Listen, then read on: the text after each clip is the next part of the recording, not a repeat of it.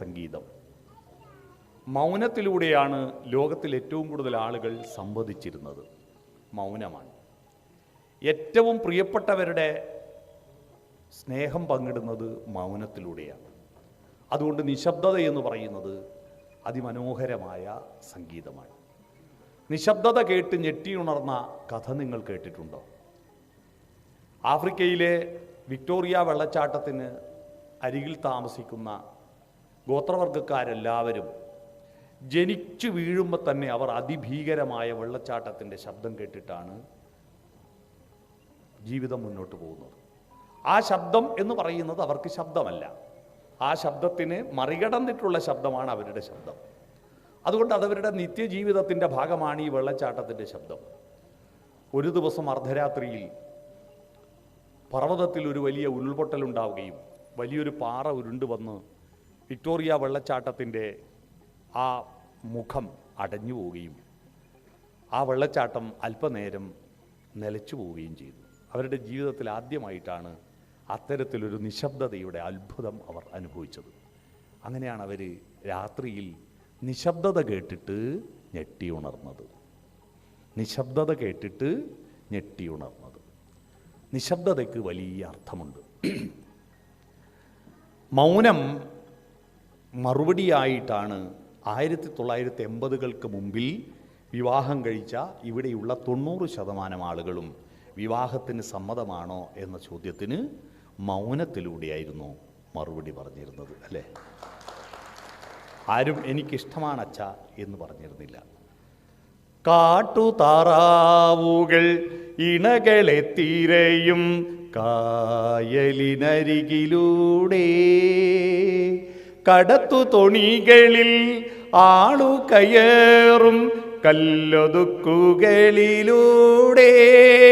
തനിച്ചു വരും താരുണ്യമേ എനിക്കുള്ള മറുപടിയാണോ നിന്റെ മൗനം, നിന്റെ മൗനം. സന്ധ്യമയങ്ങും നേരം. എത്ര സുന്ദരമായിട്ടാണ് മൗനത്തെ കൊണ്ടുപോയിട്ട് ഒരു കൊച്ചു കുട്ടിയെ ഉറക്കിക്കഴിഞ്ഞിട്ട് അമ്മ തൊട്ടിലിൽ കിടത്തുന്നത് പോലെയല്ലേ ആ മൗനത്തെ കൊണ്ടുപോയിട്ട് യേശുദാസും വയലാറും കൊണ്ട് കിടത്തിയത്, അല്ലേ? മറുപടിയാണോ നിന്റെ മൗനം, അല്ലേ? കുഞ്ഞിനെ കിടത്തും പോലെയില്ലേ? ഒരു വാക്ക് മൗനത്തിൻ്റെ കരുത്തെത്രയാണെന്ന് നമുക്ക് മനസ്സിലായത് അവിടെയാണ്. അപ്പോൾ നിശബ്ദത, ആ നിശബ്ദതയിൽ നിന്നാണ് ഈ പ്രപഞ്ചത്തിൽ നാദപ്രപഞ്ചമുണ്ടായത്. ആ നാദപ്രപഞ്ചമാണ് ഈ പ്രപഞ്ചത്തിലെ സകല ദൈവങ്ങളുടെയും ഉറവിടം. ബൈബിളിൽ പറയുന്നത് ആദിയിൽ വചനമുണ്ടായി എന്നാണ്. പിന്നെയാണത് രൂപമായത്, അല്ലേ? ആദിയിൽ വചനമുണ്ടായി, ആദിയിൽ വചനമുണ്ടായി, ആ വചനം രൂപമായി എന്നത് ഒരു പാട്ടാക്കി മാറ്റിയിട്ടുണ്ട്. വചനം നമ്മുടെ ഭാരതത്തിൽ പറയുന്നത് ശൂന്യതയിൽ നാദം ശൂന്യതയിൽ ആദ്യം അമൃതം വർഷിച്ച നാളിൽ. സർഗസംഗീതം എന്ന വയലാറിൻ്റെ മനോഹരമായ കവിതയിൽ ഉള്ള ഒരു ശ്ലോകമാണ് നാദം ശൂന്യതയിൽ ആദ്യം അമൃതം വർഷിച്ച നാളിൽ. ഓംകാരം, അല്ലേ? ആദിമമന്ത്രം, അനശ്വരമന്ത്രം, നാദബ്രഹ്മത്തിൻ ആയതമന്ത്രം, ഓം എന്ന ശബ്ദം. അതിൽ നിന്നാണ് ഈ പ്രപഞ്ചമുണ്ടായത് എന്ന് പറഞ്ഞല്ലോ. ഈ ശബ്ദത്തിനെ വേണ്ടത്ര പരിഗണിക്കാത്തതിൻ്റെ ദുരന്തമാണ് ഇന്ന് ലോകത്തിലുള്ള സകലമാന കുഴപ്പങ്ങൾക്കും കാരണം. ശബ്ദത്തെ പരിഗണിക്കുന്നില്ല. നമുക്ക് പദാർത്ഥത്തെ, നമ്മുടെ പഞ്ചേന്ദ്രിയങ്ങളിൽ ആദ്യമുണ്ടായ ഇന്ദ്രിയം കാതാണ്. കണ്ണ് ജനിച്ചിട്ടേ പ്രവർത്തിക്കാൻ ആരംഭിച്ചിട്ടുള്ളൂ. മൂക്കും ജനിച്ചിട്ടേ മണത്തിട്ടുള്ളൂ. നാക്കുകൊണ്ട് ജനിച്ചിട്ടേ രുചിച്ചിട്ടുള്ളൂ. ത്വക്കുകൊണ്ട് ജനിച്ചിട്ടേ സ്പർശിച്ചിട്ടുള്ളൂ. പക്ഷേ മാതാവിൻ്റെ ഗർഭപാത്രത്തിൽ 5-6 മാസമാകുമ്പോഴേക്ക് കാതു മുളക്കുകയും അമ്മ പറയുന്ന എല്ലാ ശബ്ദവും കുട്ടി കേൾക്കുകയും ചെയ്യുമല്ലോ. അതുകൊണ്ട് നമ്മുടെ നാദത്തിൻ്റെ, നമ്മുടെ താളത്തിൻ്റെ സോഫ്റ്റ്വെയർ ജനിക്കുന്നതിന് മുമ്പേ രൂപപ്പെട്ടു കഴിഞ്ഞു. ഇതാണ് വിധി. വിധി എന്ന് പറയുന്നത് ഒരു മനുഷ്യൻ ജനിക്കുമ്പോൾ തലയിൽ എഴുതി വെച്ചതല്ല. തലയിൽ എന്തൊക്കെ എഴുതിയിട്ടുണ്ടോ? മുട്ട അടിച്ചു നോക്കിയാൽ എന്തൊക്കെ എഴുത്ത് കാണുമോ? കളഭച്ചുവരുവച്ചമേട് ഇളം പൂ കല്യാണമാല ഇന്നാർക്ക് ഇന്നാരെന്ന് എഴുതി വച്ചല്ലോ ദൈവം കല്ലിൽ. പഴയ പാട്ട് തമിഴിൽ SP ബാലസുബ്രഹ്മണ്യവും മലയാളത്തിൽ ജയചന്ദ്രനും പാടിയ മനോഹരമായ പാട്ടോർമ്മയില്ലേ? ഇന്ന ചെക്കൻ ഇന്ന പെണ്ണ്, ഇന്ന പെണ്ണിന് ഇന്ന ചെക്കൻ ദൈവം പണ്ട് എഴുതി വെച്ചിട്ടുണ്ട്. ആ എഴുതി വെച്ചത് പക്ഷേ നമുക്ക് മനസ്സിലാവാത്തത് കൊണ്ട് മറ്റൊരാളെ കൊണ്ട് നമ്മളത് അന്വേഷിച്ച് കണ്ടുപിടിച്ച് വരച്ചു വെക്കും. ആ വരച്ചത് തന്നെയാണോ എനിക്ക് വരച്ചത് നോക്കാൻ വേണ്ടിയിട്ടാണ് ജാതകം നോക്കുന്നത്. മനസ്സിലായോ? ജാതകം നോക്കുന്നത്. ഈ ഭൂമിയിൽ ഏതാണ്ട് 1000 കോടി മനുഷ്യരുണ്ട്. അതിൽ ഇന്ത്യയിൽ 135 കോടി മനുഷ്യരേ ഉള്ളൂ. ആ 135 കോടി മനുഷ്യരിൽ കേരളത്തിൽ 3.5 കോടി മനുഷ്യരുണ്ട്. ആ 3.5 കോടി മനുഷ്യരിൽ 1.25 കോടി ഹിന്ദുക്കളുണ്ട് കേരളത്തിൽ. 1.25 കോടി ഹിന്ദുക്കൾ. ആ 1.25 കോടി ഹിന്ദുക്കളിൽ വിവാഹപ്രായം എത്തിയിരിക്കുന്നവരുടെ എണ്ണം കേവലം ഒരു 40 ലക്ഷം മാത്രമാണ്. ഈ 40 ലക്ഷം മനുഷ്യരെ മാത്രം ഫോക്കസ് ചെയ്തിട്ട് ആകാശത്തുനിന്ന് ഒരുത്തൻ ഇവന് ദോഷമുണ്ടോ 7-ലുണ്ടോ 8-ലുണ്ടോ നോക്കിയിട്ട് ഒരുത്തൻ ഇങ്ങനെ കാത്തു നിൽക്കുന്നുണ്ട്. അതിൻ്റെ പേരാ ചൊവ്വ. മനസ്സിലായോ? ചൊവ്വ ദോഷം ഇല്ലെന്ന് ഞാൻ പറയില്ല. ചൊവ്വാ ദോഷം ഇല്ലെന്ന് പറയുന്നില്ല. ഞാൻ അനുഭവിക്കുന്ന ഒരാളാണ്. ചൊവ്വാ ദോഷം ഞാൻ അനുഭവിക്കുന്ന ഒരാളാണ്. ഞാൻ മിക്ക ദിവസവും അനുഭവിക്കുന്നവരാണ്. ഇപ്പോൾ ഒരു 5-8 ദിവസമായിട്ട് ഞാൻ നാട്ടിലില്ലാത്തതുകൊണ്ട് അനുഭവിക്കുന്നില്ല. ചൊവ്വാ ദോഷം അനുഭവിക്കുന്നത് എന്താണെന്നറിയുമോ? കണ്ണൂർ ജില്ലാ പഞ്ചായത്തിൻ്റെ മീറ്റിങ്ങിന് എല്ലാ ദിവസവും യോഗത്തിന് പോകണം. ഒരു യോഗത്തിന് കൃത്യസമയത്ത് എത്തൂല. താഴെ ചൊവ്വ മുതൽ മേലെ ചൊവ്വ വരെ എപ്പോഴും ബ്ലോക്കാണ്. ആടെ ഒരു ബ്ലോക്കുള്ള സ്ഥലമുണ്ട്. താഴെ ചൊവ്വ എന്നും മേലെ ചൊവ്വ. അതുകൊണ്ടാണ് ചൊവ്വാ ദോഷം എന്ന് പറയുന്നത്. ഞാൻ പറഞ്ഞു വരുന്നത്, നമ്മുടെ തലയിൽ എഴുതിയ വിധി എന്ന് പറയുന്നത് ജനിക്കുന്നതിന് മുമ്പ് നമ്മൾ നേരത്തെ ഡിറ്റർമൈൻ ചെയ്തിരിക്കുന്ന ഒരേ ഒരു കാര്യം നമ്മുടെ താളബോധമാണ്, നമ്മുടെ നാദബോധമാണ്. അത് അമ്മയുടെ വയറ്റിൽ കിടക്കുമ്പോൾ കേട്ടതാണ്. അതുകൊണ്ട് നമ്മുടെ പ്രപഞ്ചം നാദത്തിൽ നിന്നുണ്ടായതാണ്. മനസ്സിലായോ? നാദബ്രഹ്മം എന്ന് പറയുന്നത് നമ്മളെല്ലാം കേട്ടത് നാദത്തിലൂടെയാണ്. ആ നാദമാണ് നമ്മൾ ഈ പ്രപഞ്ചത്തിലേക്ക് സഞ്ചരിക്കുവാൻ, ആശയപരമായി സഞ്ചരിക്കുവാൻ, അർത്ഥതലത്തിൽ വികാരപരമായി സഞ്ചരിക്കുവാൻ നമ്മുടെ പ്രവേശന കവാടം നാദമാണ്. ആ നാദത്തിലാണ് നമ്മളെ അക്ഷരം പഠിപ്പിച്ചത്. അക്ഷരം പഠിപ്പിച്ചത് സ്കൂളിൽ പഠിച്ച ടീച്ചറല്ല, LKGയിലെ ടീച്ചറല്ല, അംഗനവാടിയിലെ ടീച്ചറല്ല. വായ പൂട്ടി തുറക്കുന്ന അമ്മയുടെ ശബ്ദം കേട്ടിട്ടാണ് നമ്മൾ മാ എന്ന ശബ്ദം പഠിച്ചത്. അമ്മ താരാട്ടുപാട്ട് പാടുമ്പോൾ ചുണ്ടുപൂട്ടി തുറക്കുമ്പോൾ മാ എന്ന ശബ്ദമാണ് കുട്ടി അനുകരിച്ചിട്ട് ഉച്ചരിക്കുന്നതാണ്. അപ്പോൾ മാ മിണ്ടിത്തുടങ്ങാൻ ശ്രമിക്കുന്ന പിഞ്ചിളം ചുണ്ടിന്മേലം മിഞ്ഞപ്പാലോടൊപ്പം അമ്മയെന്നുള്ള 2 അക്ഷരമല്ലയോ സമ്മേളിച്ചിടുന്നതൊന്നാമതായി. അങ്ങനെയാണ് ഈ മാതൃഭാഷയുണ്ടായത്. മാതൃഭാഷ എന്ന് പറയുന്നത് ജനിച്ച നാട്ടിലെ ഭാഷയല്ല. അങ്ങനെയാണെങ്കിൽ നിങ്ങളെല്ലാം മറാഠിയോ ഹിന്ദിയോ പറയണ്ടേ? ഇവിടെ പ്രസവിച്ചവരില്ലേ ഒരുപാട്. ഇവിടെ ജനിച്ച നാട്ടിലെ ഭാഷയല്ലല്ലോ. കേരളത്തിൽ ഒരുപാട് സ്ത്രീകൾ മംഗലാപുരം ആശുപത്രിയിൽ പോയി പ്രസവിക്കുന്നുണ്ട്. അവരെല്ലാം കന്നഡയല്ലല്ലോ മാതൃഭാഷ. ഗൾഫിൽ നിന്ന് പ്രസവിക്കുന്നവരുടെ മാതൃഭാഷ അറബി അല്ലല്ലോ. അമ്മയുടെ ഭാഷയാണ് മാതൃഭാഷ. മാതൃ എന്ന് പറഞ്ഞാൽ അമ്മയാണ്. അമ്മ എന്താണ് പറയുന്നത് അത് തന്നെയാണ് ഭാഷ. ആ അമ്മ പറയുന്ന ശബ്ദമാണ് എഴുത്ത് പിന്നെയാണ് ഉച്ചരിക്കുന്നത്, അല്ലേ? വർത്തമാനം പറയാൻ പഠിച്ച ഒരു കുട്ടി മാത്രമേ സ്കൂളിൽ പോയിട്ടുള്ളൂ.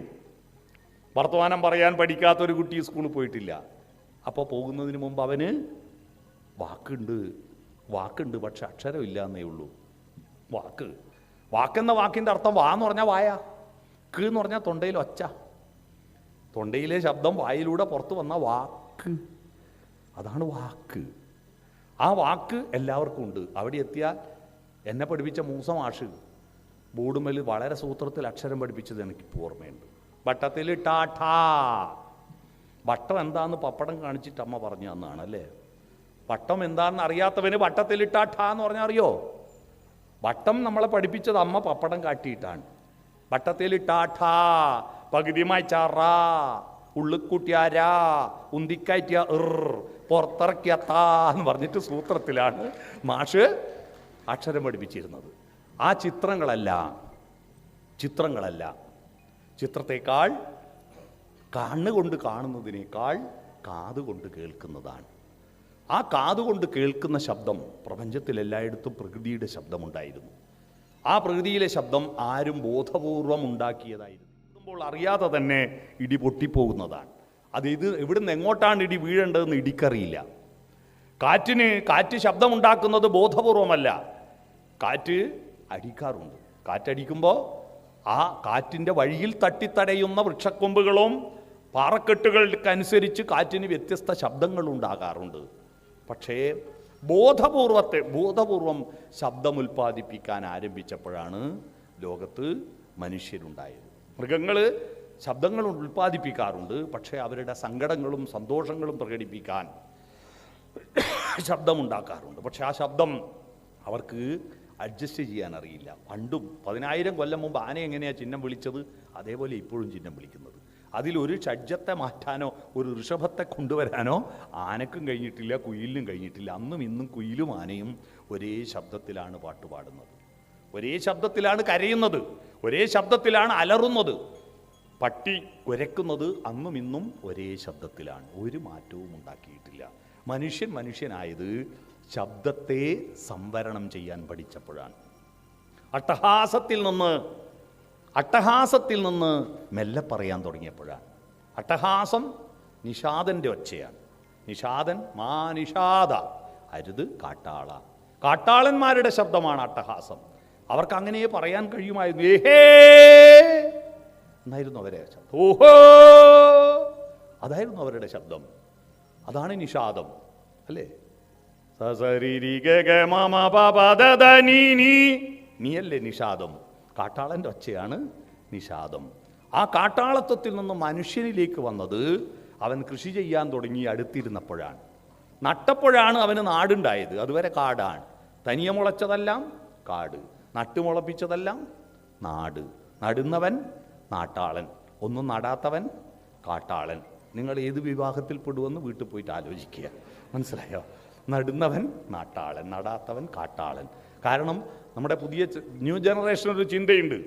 അവർ ഈ കമ്പ്യൂട്ടർ കൊണ്ട് എല്ലാം നേടാമെന്ന വിചാരമുണ്ട്. അവരോട് ഞാൻ ചോദിക്കണം, www.com MD എന്നടിച്ചാൽ മസാല ദോശ ഡൗൺലോഡ് ആവില്ല, NR എന്നടിച്ചാൽ നെയ് റോസ്റ്റും ഡൗൺലോഡ് ആവില്ല. അതിന് ഈ ആരെങ്കിലും നടണം, വേണ്ടേ? ആരെങ്കിലും നട്ടുമുളപ്പിച്ചാലല്ലേ. അപ്പം നാട്ടാളനായത് കൃഷി ആരംഭിച്ചപ്പോഴാണ്. ഭക്ഷണം ഉൽപ്പാദനം ആരംഭിച്ചു. അതിനെ നമുക്ക് സിമ്പിളായി പറയാം, കാട്ടാളൻ ഭക്ഷണം ഉള്ളെടുത്ത് പോകുന്നവനാണ്. നാട്ടാളൻ താൻ ഉള്ളെടുത്ത് ഭക്ഷണം ഉണ്ടാക്കുന്നവനാണ്. താൻ ഉള്ളെടുത്ത് ഭക്ഷണം ഉണ്ടാക്കാൻ തുടങ്ങി. ഭക്ഷണം ഉണ്ടാക്കിയപ്പോൾ ഇത് നട്ടപ്പോൾ ഇത് മുളക്കുമോ, മുളച്ചാൽ ഇത് പൂക്കുമോ, പൂത്താൽ ഇത് കായ്ക്കുമോ, കായ്ച്ചാൽ ഇത് രുചിയുണ്ടാകുമോ എന്നറിയാനാണ് ആദ്യമായിട്ട് അവൻ സ്ഥിരവാസം ആരംഭിച്ചത്. സ്ഥിരവാസം ആരംഭിച്ചത് കൃഷി ആരംഭിച്ചപ്പോഴാണ്. അപ്പോഴാണ് അവർ കൾച്ചർ ഉണ്ടായത്. അതാണ് അഗ്രികൾച്ചർ. സ്ഥിരവാസം ആരംഭിച്ചു. ആ സ്ഥിരവാസം ആരംഭിച്ചപ്പോഴാണ് മേൽക്കൂര വേണമെന്ന് തോന്നിയത്. മഴ കൊള്ളാതെ വെയിൽ കൊള്ളാതെ സ്ഥിരവാസം ഇല്ലേ, പിന്നെ മേൽക്കൂര വേണ്ടല്ലോ. മഴ കൊള്ളാതെ വെയിൽ കൊള്ളാതെ മേൽക്കൂര. ആദ്യം ഉണ്ടാക്കിയത് സഞ്ചരിക്കുന്ന മേൽക്കൂരയാണ് കേട്ടോ. മനുഷ്യൻ്റെ ദശാവതാര കഥകളിൽ ആദ്യത്തെ മനുഷ്യനെ ആദ്യത്തെ മനുഷ്യൻ സഞ്ചരിക്കുന്ന മേൽക്കൂരയുണ്ടാക്കിയവൻ. ആദ്യം മത്സ്യമാണല്ലോ ഉണ്ടായത്. മത്സ്യം വെള്ളത്തിൽ. നീ പണ്ടൊരു പൂത്തിമിംഗിലമായി അന്ന് നിന്റെ എന്തായിരുന്നു? നീ പണ്ടൊരു പൂത്തിമിംഗലമായി അന്ന് അല്ല, വെൺമഴു എന്ന് പറഞ്ഞത് അടുത്തതില്ല. അന്ന് നിന്റെ തോണി തുഴഞ്ഞു വന്ന നീരാഴി. ഓർമ്മയുണ്ടോ പൂത്തിമിംഗലമായത്? കണ്ണാലിലെ കണ്ണാ പാലാഴിത്തിരയിലൊഴുകും ആലിലെ കണ്ണാ ഞാനൊരു കന്നിമുക്കുവ പെണ്ണ് എന്ന പാട്ടിൽ എഴുതിയതാണ്. ദേവി കന്യാകുമാരിയിൽ. അതിൽ നീ ആദ്യം പൂത്തിമിംഗലമായി, കണ്ണൻ പൂത്തിമിംഗലമായി. പിന്നെ കേരളം ഉണ്ടാവുന്ന അടുത്ത വരിയിൽ നീ എനിക്കൊരു മണ്ണ്, എനിക്ക് പൊന്നോടെ കുടിയിലു വെക്കാൻ മണ്ണു കിട്ടി. ആര്? നീ പണ്ടൊരു മുനി കുമാരനായി അന്ന് നിന്റെ വെൺമഴു പറന്നു വന്ന നീരാഴി. പറഞ്ഞിട്ടോ പരശുരാമൻ മഴു എറിഞ്ഞത്. ആ പരശുരാമന് മുമ്പൊരവതാരമുണ്ട്. ആരാത്? പരശുരാമന് മുമ്പൊരവതാരം ഉണ്ടല്ലോ, വാമനൻ. വാമനനാണല്ലോ ആദ്യത്തെ മനുഷ്യൻ. മത്സ്യം കൂർമ്മം, മത്സ്യം വെള്ളത്തിൽ ആദ്യം ജീവനുണ്ടായത്. പിന്നീട് കരയിലും വെള്ളത്തിലും ജീവിക്കുന്ന ജീവി കൂർമ്മം ഉണ്ടായി. പിന്നെ കാട്ടിലെ ജീവി പന്നിയായി. പിന്നീട് ആ ജീവി മരത്തുമ്മ കയറാൻ തുടങ്ങി. മുഖം കണ്ടാൽ സിംഹം, ഉടൽ കണ്ടാൽ നരസിംഹം ഉണ്ടായി. അത് കഴിഞ്ഞിട്ടാണ് സഞ്ചരിക്കുന്ന മേൽക്കൂര ഉണ്ടാക്കിയവൻ. എന്താ സഞ്ചരിക്കുന്ന മേൽക്കൂര മനസ്സിലായോ? കൊട, ഓലക്കൊട. മനസ്സിലായോ? സഞ്ചരിക്കുന്ന മേൽക്കൂര. മേൽക്കൂരയുണ്ടാക്കി, സ്ഥിരമായ മേൽക്കൂരയുണ്ടാക്കി. അതിൽ കിടക്കുമ്പോൾ അതിലൂടെ മഴവെള്ളം ഒഴുകി വരാതിരിക്കാൻ മണ്ണ് വാരിക്കൂട്ടി തറയുണ്ടാക്കി. അതിനു ചുറ്റും പനയോലകൾ കൊണ്ടും ചളിക്കട്ടകൾ കൊണ്ടും ചുമരുണ്ടാക്കി. നമ്മുടെ ഭാരതത്തിലെ ആദ്യത്തെ ദൈവം അതാണ്. അറിയാമോ? ഭാരതത്തിലെ ആദ്യത്തെ ദൈവം ഏതാ? മനുഷ്യനുണ്ടാക്കിയ ആദ്യത്തെ ദൈവം. ബാക്കി എല്ലാ ദൈവങ്ങളും പ്രകൃതിദത്ത ദൈവങ്ങളാണ്. പ്രകൃതിദത്ത. സൂര്യൻ ദൈവമായിരുന്നു, ചന്ദ്രൻ ദൈവമായിരുന്നു, കാറ്റ് ദൈവമായിരുന്നു, അഗ്നി ദൈവമായിരുന്നു, കടൽ ദൈവമായിരുന്നു, മഴ ദൈവമായിരുന്നു. അല്ലേ? ഇന്ദ്രധനുസ്സാണല്ലോ മഴവില്ലെന്ന് പറയുന്നത്. ഇന്ദ്രധനുസ്സാണ്. ഇന്ദ്രനാണല്ലോ മഴ പെയ്യിച്ചിരുന്ന ദൈവം. അല്ലേ? അതുകൊണ്ടാണല്ലോ ദേവന്മാര് പെരുമ്പറ മുഴക്കുന്ന ശബ്ദം ദും ദും ദും ദുന്ദുഭിനാദം നാദം നാദം ദും ദും ദും ദുന്ദുഭിനാദം നാദം നാദം ദേവദുന്ദുഭീതൻ വർഷമംഗളഘോഷം ദും ദും ദും ദുന്ദുഭിനാദം നാദം നാദം. അടുത്തത് ഇന്ദ്രധനുസ്സേന്തി വരുന്ന വലാഹക സേനകളേ വന്നാലും ഇതിലേ ഇതിലേ ഇതിലേ. അല്ലേ? മഴ പെയ്യിക്കുന്ന ആള് ദേവേന്ദ്രനാ. അഷ്ടദിക്പാലകന്മാരെല്ലാം പ്രകൃതിശക്തികളായിരുന്നു. അല്ലേ? പിന്നീട് അതിൽ രണ്ടാൾ മാത്രമേ പ്രകൃതി ശക്തി അല്ലാണ്ടുള്ളൂ. സംഹാരത്തിൻ്റെ മരണം അതൊരു പ്രകൃതി നിയമമാണല്ലോ. അത് ഇങ്ങനെ നോക്കുന്ന ഒരാൾ, ദക്ഷിണത്തിലേക്ക് നോക്കിയിട്ട് മരണത്തെ കൺട്രോൾ ചെയ്യുന്ന റിമോട്ട് കൺട്രോളും കൊണ്ട് നിൽക്കുന്ന ഒരാളുണ്ട് ഇവിടെ വടക്ക്. അതാണ് ഈശൻ. അതുകൊണ്ട് ദക്ഷിണ ദിക്കിലേക്ക് നോക്കുന്ന കൊണ്ട് അദ്ദേഹത്തെ ദക്ഷിണാമൂർത്തി എന്ന് പറഞ്ഞു. തെക്ക് ദിക്കിലേക്ക്, ദക്ഷിണം തെക്കാണ്. തെക്ക് ദിക്കിലുള്ള ദേവൻ ആരാ? കാലൻ. മരണം. അതുകൊണ്ടാണ് മരിച്ചാൽ തെക്ക് ഭാഗത്തേക്ക് കുഴിയെടുക്കുന്നതിൻ്റെ കാരണം കാലൻ്റെ ദേശം തെക്കാണെന്ന്. ഈ പ്രപഞ്ചത്തിൽ അങ്ങനെ തെക്കും വടക്കൊന്നും ഇല്ല എന്നുള്ള പിന്നെ മനസ്സിലാവുന്നത്. പക്ഷെ പണ്ടത്തെ സങ്കല്പം തെക്ക് ഭാഗത്താണ് കാലൻ്റെ ഊര് എന്നാണ്. അപ്പോൾ ഞാൻ പറഞ്ഞു വന്നത് പ്രകൃതി ശക്തികളെയായിരുന്നു ആരാധിച്ചിരുന്നത്. അതിൽ നിന്ന് മാറിയിട്ട് ആദ്യം മനുഷ്യനുണ്ടാക്കിയ ദൈവത്തിൻ്റെ പേര് ശാല എന്നായിരുന്നു. ശാല. വേദങ്ങളിൽ ഒരു പ്രാർത്ഥന, ഹേ ശാലേ ഞങ്ങളുടെ പശുക്കളെ ക്രൂരമൃഗങ്ങളിൽ നിന്ന് രക്ഷിക്കണമേ. ഹേ ശാലേ ഞങ്ങളുടെ കൃഷിയെ കൊടും വരൾച്ചയിൽ നിന്നും അതിവർഷത്തിൽ നിന്നും രക്ഷിക്കണമേ എന്നാണ്. ശാല എന്ന് പറയുന്നത് ഈ മഴ കൊള്ളാതെ വെയിൽ കൊള്ളാതെ കാത്ത് രക്ഷിക്കുന്ന പൊന്നു തമ്പുരാൻ. ആ ശാലയാണ് പിന്നീട് വായനശാലയായത്, നാടകശാലയായത്, സിനിമാശാലയായത്, പാണ്ഡികശാലയായത്. അതായിരുന്നു ദൈവം. ആ ശാലയുണ്ടാക്കി അടുത്തിരുന്നപ്പോഴാണ് അട്ടഹാസത്തിൽ നിന്ന്, അടുത്തിരുന്ന ആളോട് അട്ടഹസിക്കണ്ടല്ലോ, നിഷാദത്തിൽ നിന്ന് ഷഡ്ജത്തിലേക്ക് വന്നത്. മനസ്സിലായോ? നിഷാദത്തിൽ നിന്ന് ഷഡ്ജത്തിലേക്ക് വന്നത് അടുത്തിരുന്നപ്പോഴാണ്. ഒറ്റക്കമ്പീനാദം മാത്രം മൂളും വീണാഗാനം എന്ന് മെല്ലെ പറയാൻ തുടങ്ങിയത്, മെല്ലെ സ്വകാര്യം പറയാൻ തുടങ്ങിയത്. അങ്ങനെ അടുത്തിരുന്ന് വർത്തമാനം പറയുമ്പോഴാണ് തമ്മാമൽ നോക്കിയത്. അതുവരെ തമ്മാമൽ നോക്കലില്ലല്ലോ, തമ്മിൽ നോക്കൂല, ഇങ്ങനെ നടത്തല്ലേ. അടുത്തിരുന്നപ്പോൾ തമ്മിൽ നോക്കിയപ്പോഴാണ് ഉടുത്തിട്ടില്ലെന്ന് മനസ്സിലായത്, നാണം വന്നത്. ആ നാണം മറക്കാനാണ് ഇലകൾ ഉപയോഗിച്ചത്. ആ ഇലകൾ കീറിപ്പോകുന്നു, ഉണങ്ങിപ്പോകുന്നു. അതിന് പകരമാണ് മെടഞ്ഞിട്ട് ഒരു തുണി ഉണ്ടാക്കിയത്. അന്ന് കാട്ടാളുണ്ടാക്കിയ തുണീൻ്റെ ഷേപ്പിൽ നിന്ന് രക്ഷപ്പെടാൻ ആധുനിക കോർപ്പറേറ്റുകൾക്ക് പോലും കഴിഞ്ഞിട്ടില്ല. 3 കോണാകൃതിയിലാണ് അന്ന് തുണി ഉണ്ടാക്കിയത്. അതിൻ്റെ പേര് കോണകം എന്നാണ്. 3 കോണിനകത്തുള്ളത്. ഇന്നും ലോകത്തെ ഏത് ആധുനിക മനുഷ്യൻ്റെയും അണ്ടർവെയറിൻ്റെ ആകൃതി ത്രികോണാകൃതിയിലാണ്. അല്ലേ? ത്രികോണാകൃതിയിലാണത്. മാറ്റാൻ ഇതുവരെ നമുക്ക് കഴിഞ്ഞിട്ടില്ല. കോണകമുണ്ടായത്. ആ വസ്ത്രം പിന്നീട് വളർന്നു വന്നു. അപ്പോൾ ഈ ശബ്ദം, 2 ശബ്ദം ഉണ്ടായി. അട്ടഹാസം ഉണ്ടായി, മെല്ലെ പറച്ചിലുണ്ടായി. പിന്നെ കുറച്ചാൾ കൂടി വന്നപ്പോൾ സാധാരണ പറച്ചിലല്ല, സ്വകാര്യം പറച്ചിലും അട്ടഹാസത്തിൽ നിന്ന് മാറിയിട്ട് സാധാരണ പറച്ചിലുണ്ടായി. അപ്പോൾ 3 ഒച്ച ഉണ്ടായില്ലേ? ആ 3 ഒച്ചക്ക് സംഗീതത്തിൽ ഉദാത്തം, അനുദാത്തം, സ്വരിതം എന്ന് പറയും. മനസ്സിലായോ? 3 ഒച്ചക്ക് ഉദാത്തം, അനുദാത്ത, സ്വരിതങ്ങൾ. കൈതപ്രവും മോഹൻലാലും കൂടി ഹിസ് ഹൈനസ് അബ്ദുള്ളയിൽ ഈ ഷഡ്ജത്തെ പറ്റിയിട്ട് പാടിയിട്ട് അവസാനം എല്ലാവരും കൂടി ഒന്നിച്ച് ചൊല്ലുന്നൊരു മന്ത്രങ്ങൾ, ഉദാത്ത അനുദാത്ത സ്വരിത എന്ന് പറഞ്ഞൊരു മന്ത്രം ചൊല്ലുന്ന കേട്ടില്ലേ? അതാണ് ഈ ശബ്ദങ്ങളുണ്ടായി. അപ്പോൾ ഈ ശബ്ദങ്ങളുടെ ഇടയിൽ അനുദാത്തത്തിൻ്റെയും സ്വരിതത്തിൻ്റെയും മധ്യത്തിൽ 2 ശബ്ദവും, സ്വരിതത്തിൻ്റെയും ഉദാത്തത്തിൻ്റെയും മധ്യത്തിൽ 2 ശബ്ദവും പിന്നെ ചേർത്തു. അപ്പോൾ മൊത്തം എത്രയായി? 7 ഒച്ചയായി. ആദ്യത്തെ 3 പിന്നെ ചേർത്ത 4. അങ്ങനെയാണ് സപ്തസ്വരം ഉണ്ടായത്. ആ സ്വരത്തിലൂടെയാണ് ദൈവങ്ങളുണ്ടായതെന്ന് രവീന്ദ്രനാഥ ടാഗോറിൻ്റെ ഗീതാഞ്ജലി. നമ്മുടെ ഭാരതത്തിന് പറ്റിയ അബദ്ധം എന്താണെന്നറിയോ? ഭാരതം പോലെ ഇത്രയും മനോഹരമായ കൃതികൾ എഴുതി ആരും കൊണ്ടോ? നിങ്ങൾ ആലോചിച്ച് നോക്കൂ. 2 മക്കളുള്ള രക്ഷിതാക്കൾ പോലും കുട്ടികളെ പേരെന്താ ഇടുക എന്ന് പറഞ്ഞ് പരക്ക ചോദ്യവും നെറ്റിൽ തപ്പ് നാട്ടില്ലേ? 100 മക്കൾക്ക് പേരിട്ടില്ലേ ധൃതരാഷ്ട്രനും ഗാന്ധാരിയും? ആലോചിക്കട്ടെ. ഒരൊറ്റ പേര് ആവർത്തിക്കാതെ പേരിട്ടില്ലേ?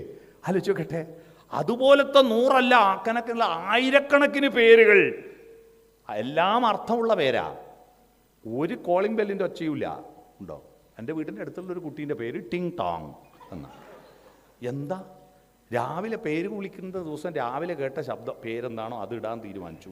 രാവിലെ അപ്പുറത്തെ ഗോയിനാട്ടം വന്നിട്ട് കോളിംഗ് ബെല്ല് അമർത്തി ടിങ് ടോങ് അത് പേരിട്ടു. അങ്ങനെയാണ് ടിങ് ടോങ് എന്ന് എൻ്റെ പേര് വന്നു. ഞാൻ വിചാരിച്ച് ജപ്പാനീസ് പേരെന്നാണ്.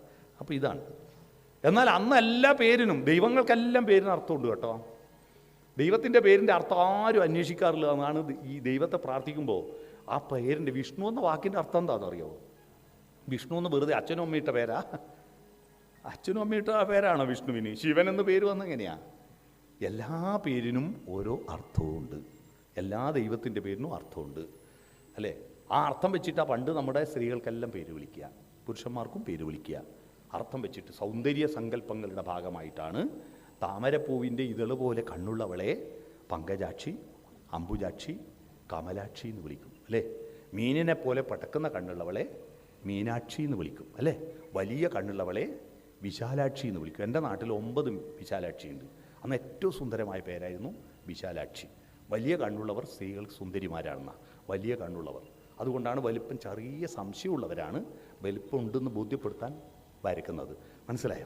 മനസ്സിലായില്ലേ? വലിയ കണ്ണുള്ളവൾ സുന്ദരി. പക്ഷേ പുരുഷന്മാർ ചെറിയ കണ്ണാണ് സൗന്ദര്യം. അതുകൊണ്ട് പുരുഷന്മാരെ കുഞ്ഞിക്കണ്ണെന്ന് വിളിക്കും.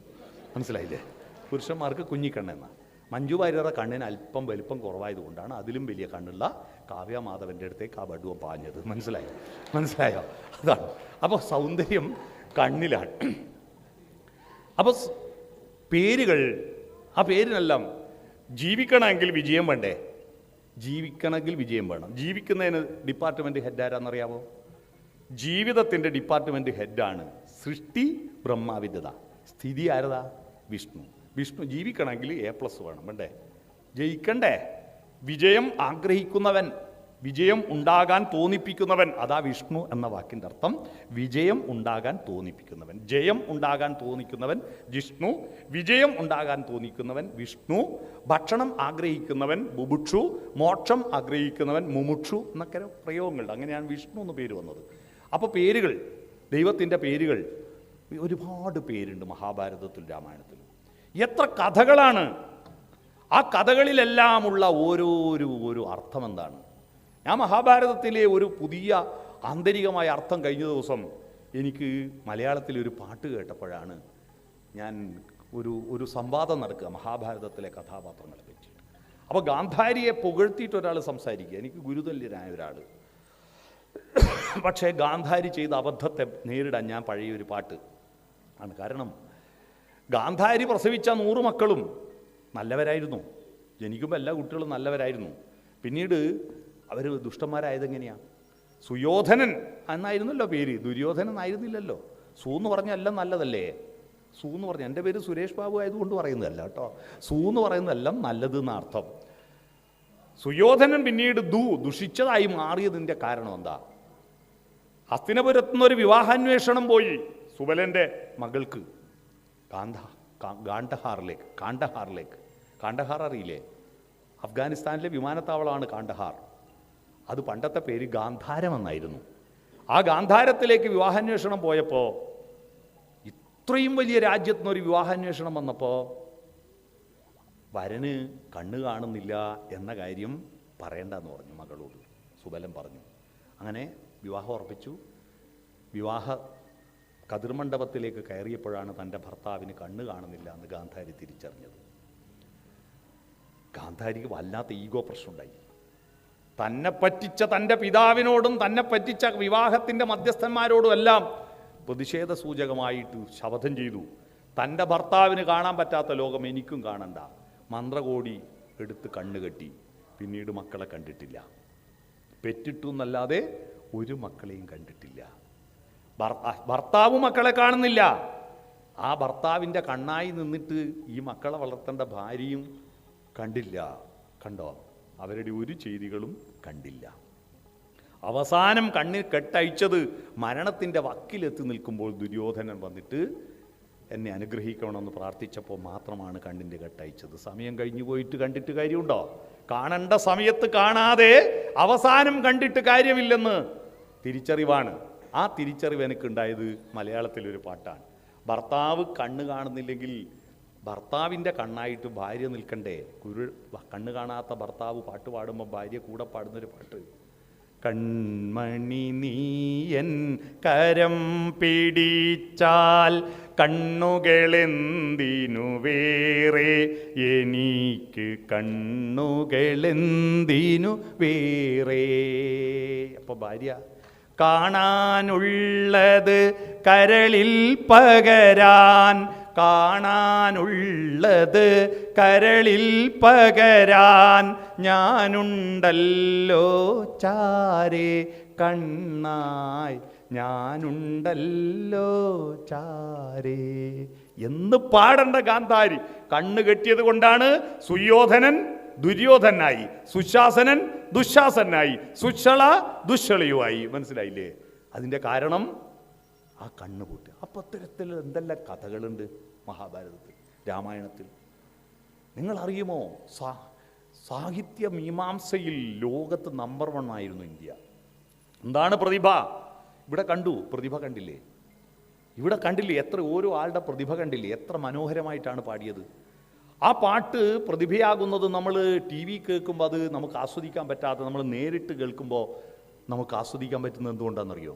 ഗാനമേള കേൾക്കാൻ എന്തിനാ ആൾ പോകുന്നത്? വീട്ടിൽ കേസറ്റ് വെച്ചാൽ പോരെ? ഒറിജിനൽ യേശുദാസ് പാടിയ പാട്ട്, യേശുദാസ് അന്ന് എപ്പോഴോ പാടിയ പാട്ടാണ്. ആ പാട്ട് അന്ന് മാത്രമേ നവമായിട്ട് ഉൽപ്പാദിപ്പിക്കപ്പെട്ടിട്ടുള്ളൂ. പിന്നെ കേൾക്കുന്നതെല്ലാം വിടംബഗാഥകളാണ്, ആവർത്തനങ്ങളാണ്, പുതിയതുണ്ടാകുന്നില്ലല്ലോ. എന്നാൽ ഈ സ്റ്റേജിൽ പാടുമ്പോഴോ നവനവോന്മേഷശാലിനി പ്രജ്ഞാപ്രതിഭ, നവന്നവങ്ങളായ ഉന്മേഷമുണ്ടാക്കുന്നവൾ പ്രജ്ഞയാണ് പ്രതിഭ. നവന്നവങ്ങളായ ഉന്മേഷം. ഇവിടുന്ന് പാട്ട് പാടുമ്പോൾ ആ ഹിന്ദി പാട്ട് പാടിയ ഒരാളില്ല, അവരുടെ പേരെനിക്കറിയില്ല. ഹിന്ദി പാട്ട് 2 പാട്ട് കണക്ട് ചെയ്ത് പാടിയ അവരുടെ പേര് അറിയില്ല. രമ്യായിരുന്നോ? ഇവിടെ ഉണ്ടോ? ആ പാട്ട് പാടുമ്പോൾ രമ്യ നായർ പാടാൻ തുടങ്ങുമ്പോൾ അവരുടെ മുഖവും അവരുടെ വസ്ത്രവും സാധാരണ ഇവിടെ നിങ്ങളെല്ലാം കാണുന്ന പോലുള്ള വസ്ത്രമായിട്ടാണ് എനിക്ക് തോന്നിയത്. പക്ഷെ ആ പാട്ടിൻ്റെ അവസാനമാകുമ്പോഴേക്ക് അവരുടെ ശരീരം പെട്ടെന്ന് മറ്റുള്ളവരെല്ലാം ഡാൻസ് കളിച്ചു, അവരാദ്യം ഡാൻസ് കളിച്ചിരുന്നില്ല. അവസാനം അവർ വളരെ വളരെ എന്താ പറയുക, ഒരു സ്ട്രെയിനും എടുക്കാതെ ഉല്ലാസദാഹവ വിനോദവശാൽ കുറച്ചൊന്നില്ലായികയില്ല മമ മെയ്യിന് വട്ടം ഇപ്പോൾ എന്ന ബന്ധനസ്ഥനായ അനിരുദ്ധനിലെ വരിയുണ്ട്. യുദ്ധമാകുന്ന വിനോദത്തിൽ ഏർപ്പെട്ടത് കൊണ്ട് ചെറിയ ക്ഷീണമൊക്കെ പറ്റിയിട്ടുണ്ടെന്ന്. യുദ്ധമാകുന്ന വിനോദം പോലെ പാട്ട് ഒരു സ്ട്രെയിനും ഇല്ലാതെ വളരെ സിമ്പിളായിട്ട് പാടിയിട്ട് ആ ശരീരത്തിൻ്റെ ചലനം കണ്ടപ്പോൾ ആ സ്റ്റേജിൽ കയറുമ്പോൾ അവരുടെ സൗന്ദര്യത്തിന് 100-ൽ ഞാനൊരു 60 മാർക്ക് കൊടുക്കുമെങ്കിൽ സ്റ്റേജിൽ നിന്ന് ഇറങ്ങുമ്പോൾ അവരുടെ സൗന്ദര്യത്തിന് 100-ൽ 99 മാർക്കുണ്ടായിരുന്നു. 100-ൽ 99 മാർക്കുണ്ടായിരുന്നു. ആ മാർക്ക് കിട്ടിയത് അവരുടെ ഗാനങ്ങൾ. അതാണ് ആനന്ദവർദ്ധനൻ്റെ ധ്വന്യാലോകമില്ലേ, അതിൽ പറയുന്നു നവനവോന്മേഷശാലിനി പ്രജ്ഞാപ്രതിഭ. എന്തുകൊണ്ടാ? അവർ സ്റ്റേജിൽ നിന്ന് നവന്നവങ്ങളായ ഉന്മേഷത്തെയാണ് ഉൽപ്പാദിപ്പിച്ചു വിട്ടത്. ശ്രീലതികകൾ തളിരണിഞ്ഞുലയവേ എന്ന് പാടുമ്പോൾ അതിൻ്റെ ഹമ്മിങ് എല്ലാം നവനവങ്ങളായ ഉന്മേഷത്തെയാണ് ഉൽപ്പാദിപ്പിച്ചു വെച്ചത്. ഈ ഒരു നിർവചനം എത്ര മനോഹരമാണ്! ആനന്ദവർദ്ധനൻ്റെ നിർവചനം.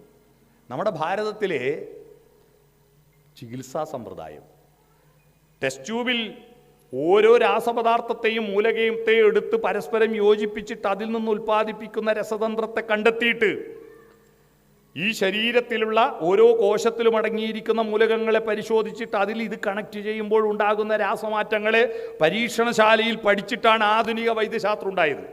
എന്നാൽ ഈ ടെസ്റ്റ് ട്യൂബ് ഇതൊന്നും ഇല്ലാത്ത കാലത്ത് ചെടികളുടെ, വള്ളികളുടെ, മരങ്ങളുടെ പൂവ്, ഇല, വേര്, തണ്ട്, അതിൻ്റെ തൊലി ഇതൊക്കെ ചവച്ചരച്ച് കണ്ടെത്തിയിട്ട് ഓരോ രോഗത്തിന് ഈ മരുന്ന് പറ്റുമെന്ന് കണ്ടെത്തിയിട്ട് ആയിരക്കണക്കിന് കഷായക്കൂട്ടും അരിഷ്ടവും ഗുളികയും ലേപനവും ഉണ്ടാക്കി വെച്ച ചരകനും സുശ്രുതനും സഞ്ജീവിനിയും എത്ര അത്ഭുതമാണ്! അവരുടെ മനസ്സെത്ര വലുതാണ്! ഇത്രയും വലിയ മനസ്സുള്ളവരുണ്ടായിട്ടും നമ്മുടെ ഇന്ത്യ രാജ്യത്ത് ആദ്യത്തെ നോബൽ സമ്മാനം കിട്ടിയ കൃതി ഏതാ അറിയാവോ? ഇന്ത്യ രാജ്യത്ത് ആദ്യത്തെ നോബൽ സമ്മാനം കിട്ടിയ കൃതി ഏതാ? രവീന്ദ്രനാഥ ടാഗോറിൻ്റെ ഗീതാഞ്ജലിയാണ്. ഏറ്റവും ഒടുവിൽ നോബൽ സമ്മാനം കിട്ടിയ കൃതി ഏതാ? ഏറ്റവും ഒടുവിൽ കിട്ടിയ കൃതി രവീന്ദ്രനാഥ ടാഗോറിൻ്റെ ഗീതാഞ്ജലി തന്നെയാണ്. വേറെ കിട്ടിയിട്ടില്ല. മനസ്സിലായോ? വേറെ ഒരു സാഹിത്യകൃതിക്ക് കിട്ടിയിട്ടില്ല. ഇത്രയും പാരമ്പര്യമുള്ള നാടിന് എന്തേ കിട്ടാത്ത? നമ്മൾ ഗൗരവതരമായി ചിന്തിക്കട്ടെ. ഉത്തരം ഞാൻ കൃത്യമായിട്ട് ഇപ്പം പറഞ്ഞുതരാം. ഇപ്പം പറഞ്ഞു തരാം എന്താ കിട്ടാത്തതെന്ന്. നമ്മൾ മഹാഭാരതവും രാമായണവും വായിച്ചിട്ടുണ്ടാകാം. പക്ഷേ ആധുനിക കാലഘട്ടത്തിൽ മഹാഭാരതത്തിലെയും രാമായണത്തിൻ്റെയും സംഗീതത്തിൻ്റെയും പ്രപഞ്ചത്തിൻ്റെയും ജീവാത്മാവിൻ്റെയും പരമാത്മാവിൻ്റെയും സകലമാന തത്വങ്ങളെയും ആവാഹിച്ചു കൊണ്ടുവന്നിരുത്തിയിരിക്കുന്ന ഗീതാഞ്ജലി പൂർണ്ണമായി വായിച്ചവരെത്രയുണ്ട് ഇവിടെ? ഒന്ന് കൈവയ്ക്കുക. ഗീതാഞ്ജലി പൂർണ്ണമായി വായിച്ചത് വരെ എത്ര പേരുണ്ട് ഇവിടെ? ഒറ്റയാളില്ല. ഇതാ കിട്ടാത്തത്. മനസ്സിലായോ? മനസ്സിലായില്ലേ എന്താ കിട്ടാത്തത്? അതുപോലും നമ്മൾ വായിച്ചിട്ടില്ല. അവിടെ അതിൽ സംഗീതത്തെക്കുറിച്ച് പറഞ്ഞിരിക്കുന്ന, ഈ പ്രപഞ്ചത്തിൻ്റെ ഉൽപ്പത്തിയെക്കുറിച്ച് പറഞ്ഞിരിക്കുന്ന ഒരു ഗീതകമുണ്ട്.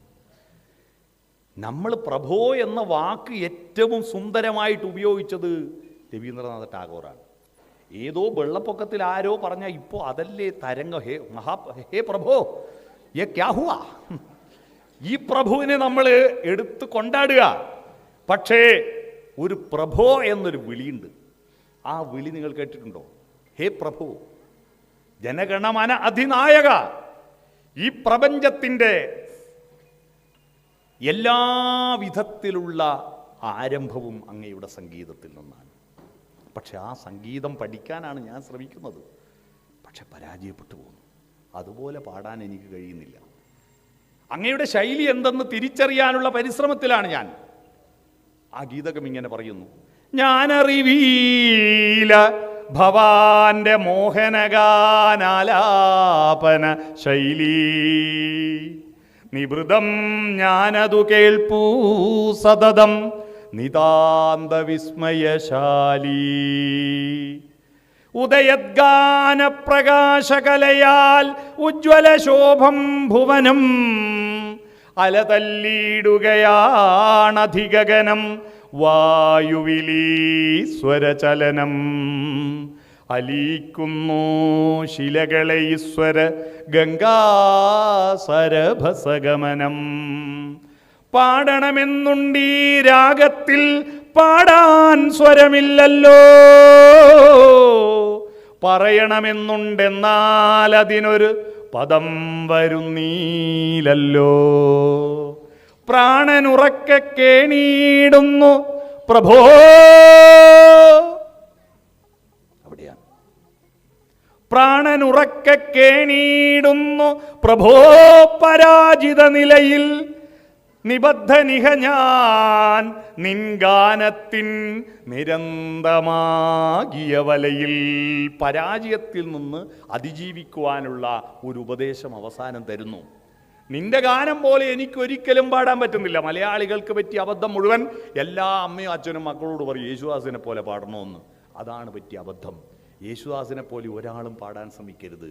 അവനവനെ പോലെ പാടുക. യേശുദാസിനെ പോലെ പാടണമെന്ന് വിചാരിച്ചാൽ ഒരിക്കലും അവിടെ എത്താൻ പറ്റില്ല.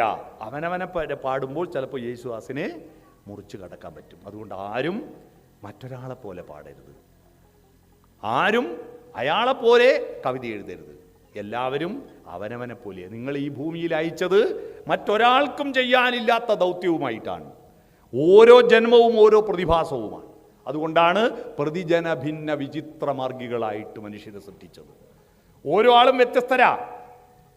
കുമാരനാശാന്റെ വരികളാണ് പ്രതിജന ഭിന്ന വിചിത്ര മാർഗികൾ.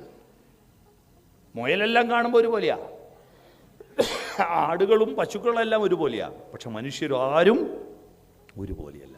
നമ്മുടെ മുടി വേറെയാണ്, നെറ്റി വേറെയാണ്, കണ്ണ് വേറെയാണ്. ഈ ശരീരത്തിൻ്റെ സൃഷ്ടി തന്നെ എന്തൊരത്ഭുതമാണ്. ഈ സൃഷ്ടി തന്നെ. ദൈവത്തെ കാണാൻ നിങ്ങൾ മറ്റെവിടെയും നോക്കണ്ട. ശ്രീനാരായണ ഗുരു പറഞ്ഞു കണ്ണാടി നോക്കിയാൽ മതി. എങ്ങനെയാ കണ്ണാടി കണ്ടത്? ദൈവത്തെ കണ്ടത് നമ്മുടെ ശരീരത്തിൽ ഏറ്റവും പ്രധാനപ്പെട്ട അവയവം ഏതാണെന്ന് ദൈവം നമ്മളോട് പറയാൻ വേണ്ടിയിട്ടാണ് ഏറ്റവും ഉറപ്പുള്ള എല്ല് കൊണ്ട് അത് പൊതിഞ്ഞു വെച്ചിരിക്കുന്നത്. ശരീരത്തിൽ ഏറ്റവും ഉറപ്പുള്ള അസ്ഥിയത തലയോട്ടിയാണ്. അപ്പോൾ ഏറ്റവും പ്രധാനപ്പെട്ട അവയവം ഏതാണെന്ന് മനസ്സിലാക്കുന്നില്ലേ? തലയോട്ടിയാണ്. ഒട്ടും പ്രാധാന്യം ഇല്ലാത്ത അവയവം എല്ലേ ഇല്ലാതെയാണ് വെച്ചിരിക്കുന്നത്. അത് വയറാണ്. ഇനി എല്ലില്ല. എന്നാൽ ഈ ചോറിനേക്കാൾ ഈ ചോറിന് പ്രാധാന്യം കൊടുക്കുമ്പോൾ നമ്മൾ ദൈവത്തിൽ നിന്ന് അകന്നു പോകും. കണ്ടിട്ടുണ്ടോ? നമ്മുടെ കേരളത്തിൽ ഇപ്പോൾ ഭാഗവത സപ്താഹങ്ങളുടെ ഘോഷയാത്രയാണ്. ഒരുപാട് ഭാഗവത സപ്താഹം നടക്കുന്നുണ്ട്. പക്ഷെ അവിടെ ഭഗവാനെ പറ്റിയും അതിലെ തത്വശാസ്ത്രത്തെ പറ്റിയും അതിൻ്റെ ദർശനങ്ങളെ പറ്റിയൊക്കെ ഇങ്ങനെ വ്യാഖ്യാനിക്കും രാവിലെ മുതൽ ഒരാൾ. അത് ഈ ചോറിന് വേണ്ടിയാണ്. പക്ഷേ 12:45 ആളെല്ലാം വരിക കേട്ടോ. ആ സമയത്ത് ആളെല്ലാം അങ്ങ് വരും. അവർക്ക് ഈ ചോറിനേക്കാൾ പ്രാധാന്യം ഈ ചോറാണ്. ഈ ചോറിൽ നിന്നാ ദൈവം പോലും ഉണ്ടായത്, ഈ ചോറിൽ നിന്നല്ല. മനസ്സിലായോ? ഒന്നാമത്തത് തലയോട്ടി, രണ്ടാമത്തത് കണ്ണും ചെവിയും, ഏറ്റവും പ്രധാനപ്പെട്ട അവയവങ്ങൾ. ഈ കാത്, ഈ രണ്ട് ഭാഗത്ത് എന്തിനാ? ഈ രണ്ട് ഭാഗത്ത് മുന്നിൽ വരുന്നത് തടഞ്ഞു വെക്കാനാ ചെവി ഇങ്ങനെ മടക്കി ഒതുക്കി വെച്ചിരിക്കുന്നത്. ചെവി ഇങ്ങനെ പപ്പടം കാച്ചതുപോലെ ചുളുക്കി മടക്കിയത് എന്തിനാ? ആ ലെവലാക്കി വെച്ചാൽ പോരെ. എവിടുന്ന് ശബ്ദം വന്നാലും അതിനെ തട്ടി ചൊറച്ച് കുഴി കൊണ്ട് ഇടാനുള്ള എൻജിനീയറിംഗ് ആണിത്. മനസ്സിലായല്ലോ? താഴെ നിന്ന് വന്നാൽ മേലെ തട്ടി, ഇങ്ങനെ വന്നാൽ ഇവിടെ തട്ടി, അവസാനം എല്ലാ കുഴിയിലെത്തിക്കുന്നില്ലേ? അല്ലാതെ വെറുതെ ചുളുങ്ങിപ്പോയതല്ല. ഞാനിങ്ങനെ ആലോചിക്കുക, സൃഷ്ടിയിൽ എന്തൊരു സ്നേഹമാണ് സ്ത്രീകളോട് കാണിച്ചത്. ആ കാത്, ഈ ഞാൻ നിൽക്കുന്ന ഈ ഭാഗം എല്ലായിരുന്നുവെങ്കിൽ ഡ്രില്ലർ വെച്ചിട്ട് തുറക്കേണ്ടി വരുമായിരുന്നില്ലേ? അല്ലേ? കമ്മലിടാൻ വേണ്ടിയിട്ട് അല്ലേ? എത്ര മൃദുലമായിട്ടാണ് ഈ കാത് പിടിപ്പിച്ചത്. അതുകൊണ്ട് എത്ര സൗന്ദര്യമാണ് അത് കമ്മലിട്ടാൽ. ഇല്ലെങ്കിൽ ആരും കാതിലിടുമോ? ഇത് എല്ലായിരുന്നുവെങ്കിൽ. അത് കഴിഞ്ഞ് കണ്ണ്. ആ കണ്ണ് എത്ര മൃദുലമായ അവയവമായതുകൊണ്ടാണ് അതിനൊരു പരിക്കും പറ്റാതിരിക്കാൻ 2 പാറയിടുക്കുകൾക്കിടയിൽ കൊണ്ടുപോയി വെച്ചത്. നെറ്റിയും കവിളിൻ്റെ എല്ല്, ഉയർന്നു നിൽക്കുന്ന എല്ലിൻ്റെ കുഴിയിലാണ് കണ്ണ് വെച്ചത്. എന്തോ വന്നടിച്ചാൽ കൊള്ളാതിരിക്കാൻ. ഇനി അഥവാ ഉണ്ടെങ്കിൽ അതിൽ പൊടി വീഴാതിരിക്കാൻ വേണ്ടി മേലെ പുല്ലുകൾ വെച്ച് പിടിപ്പിച്ചൊരു സൺഷെയ്ഡ് ഉണ്ടാക്കിയിട്ടില്ലേ? കണ്ടില്ലേ? അത് ഈ പുരികം പൊടി വീഴാതിരിക്കാനാ. അത് പൊരിച്ച് മാറ്റിയിട്ട് വരച്ചുണ്ടാക്കാനുള്ളതല്ല. മനസ്സിലായോ? അത് പൊടി വീഴാതിരിക്കാനുള്ളതാണ്. മനസ്സിലായില്ലേ? അത് കഴിഞ്ഞിട്ട് ഈ കൺപോള, ലോകത്തെ ആദ്യത്തെ ഓട്ടോമാറ്റിക് മിഷൻ കൺപോളയാണല്ലോ, അല്ലേ?